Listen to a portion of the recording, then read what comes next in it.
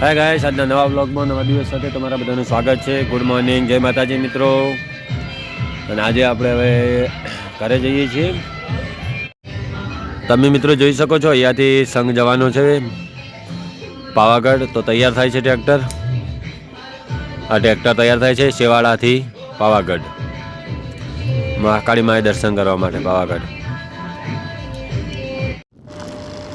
હા ગાઈસ, તો ફાઇનલી આપણે જ્યાં ઉતરણ કરવા ગયા હતા શ્રવણના મામાના ઘરે, ત્યાંથી નીકળી ગયા છીએ અને આપણે જઈ રહ્યા છીએ આપણા ઘરે હવે. તો તમે બ્લોગમાં જોડાયેલા રહેજો, તમને ચોક્કસથી આપણે બધું દેખાડીશું. ઘરે જશું એ બ્લોગમાં. તો આપણે ફાઇનલી જઈ રહ્યા છીએ ઘરે. તો તમે જોઈ શકો છો મિત્રો, અત્યારે આપણે શેવાળા ગામથી નીકળી ગયા છીએ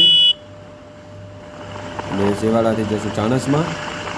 ચલો તાણી ત્યાં જઈને મળીએ ત્યારે. તો ફાઇનલી ગાઈસ, આપણે શેવાળાથી ચાણસમાં નહોતા ગયા, પણ આપણે કુણઘેરવાળા સ્થળ નીકળ્યા હતા. આ કુણઘેર ગામ આવી ગયું છે. આપણે કુણઘેર જે ચુડેલમાનું મંદિર છે ત્યાં કુણઘેર ગામ થઈ અને ડાયરેક્ટ પાટણ નીકળશું અને પછી ત્યાંથી જશું. આ કુણઘેરનો રસ્તો આવી ગયો છે મિત્રો, તમે જોઈ શકો છો. અને જે આપણા બ્લોગ જોતા હોય એમાંથી જે કુણઘેર ગયેલું હોય તો કોમેન્ટ કરીને જણાવજો કે કુણઘેર ચુડેલ માતાજીના મંદિરે દર્શન કરવા કોણ કોણ ગયેલું છે.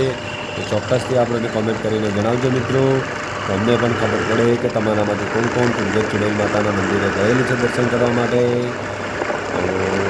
તો ચોક્કસથી જણાવજો મિત્રો. ત્યારે આપણે કુણઘેરથી નીકળી ગયા છીએ, તમે જોઈ શકો છો મિત્રો.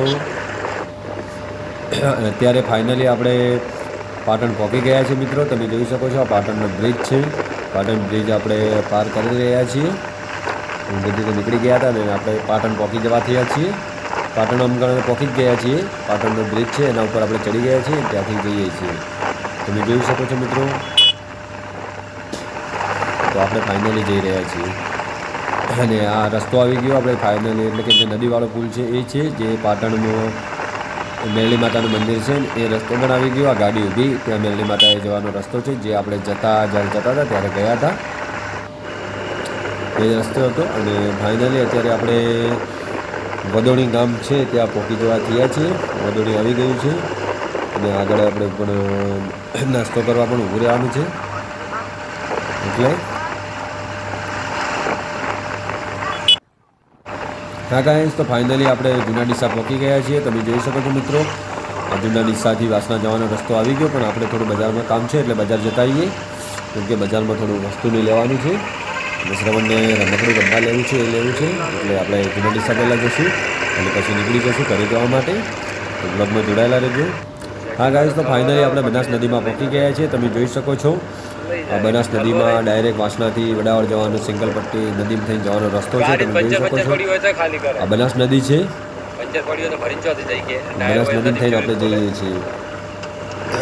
બનાસ નદીમાં અમારે એક વસ્તુ બીજું કે અહીંયા રોડ બનવાનો છે. રોડ પાસ થઈ ગયો છે અને રોડ બનવાનું કામ પણ ચાલુ થઈ ગયું છે. બે રસ્તા બને છે, એક વડાવળ ટુ વાસણા નીકળે છે અને એક વડાવળ ટુ જૂના ડીસા.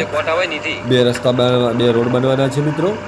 તો બે રોડ બનવાનું કામ પણ ચાલુ છે. જે આપણે ગયા ત્યારે શેવાળા ત્યારે બીજા રસ્તે થઈને ગયા હતા, રિટર્ન આવ્યા ત્યારે પણ બીજા રસ્તે થઈને આપણે આવ્યા છીએ.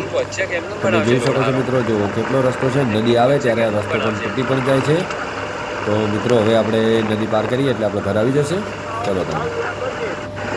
હા ગાઈસ, તો ફાઇનલી આપણે ઘરે તો પહોંચી ગયા હતા અને ઘરે ગયા એટલે પપ્પાને તાવ આવ્યો હતો, એટલે પપ્પાએ કીધું કે મારે દવાખાને જવું છે. એટલે આપણે પપ્પાને લઈને બાઇક લઈને નીકળી ગયા છીએ જૂના ડીસા દવાખાને જવા માટે.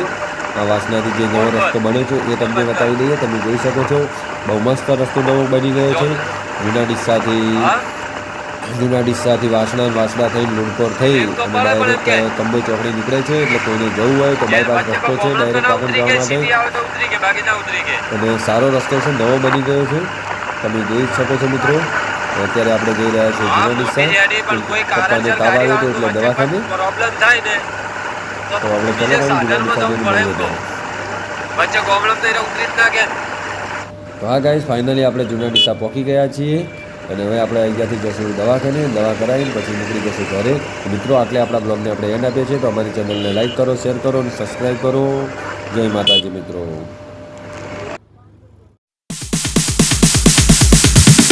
Sorry, it's DJ.